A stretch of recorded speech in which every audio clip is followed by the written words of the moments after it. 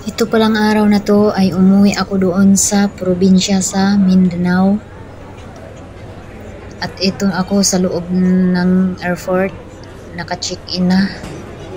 At hinihintay ko na lang yung time ng flight ko dahil 9 AM yung time na lilipad yung airplane. Naka-check-in na ako. At saka hindi ko alam ang naramdaman ko. Masaya at malungkot, halo-halo emosyon. Dahil nga itong pag-uwi ko ay nagkasakit kasi si Papa.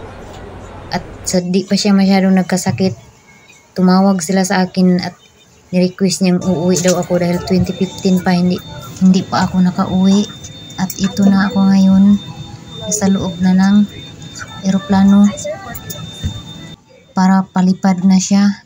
Binibilang na lang yung mga tao sa seat, sa upuan, para lilipad na yung eroplano. Dahan-dahan na siyang tumakbo. Tsaka di ko talaga alam naramdaman ko, kinakabahan at malungkot dahil nga si Papa, and di ko alam kung makilala pa ba niya ako dahil nga nagkasakit nga siya. Ito na, lumipad na yung eroplano.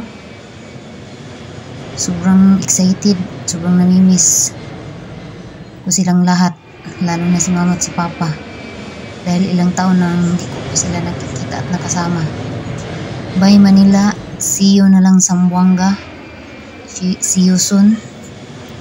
Mamayang gabi doon ako sa Mindanao, di ko alam kung masaya ba or malungkot, halo-halo na lang nga. Basta excited din ako. See you na lang Mindanao.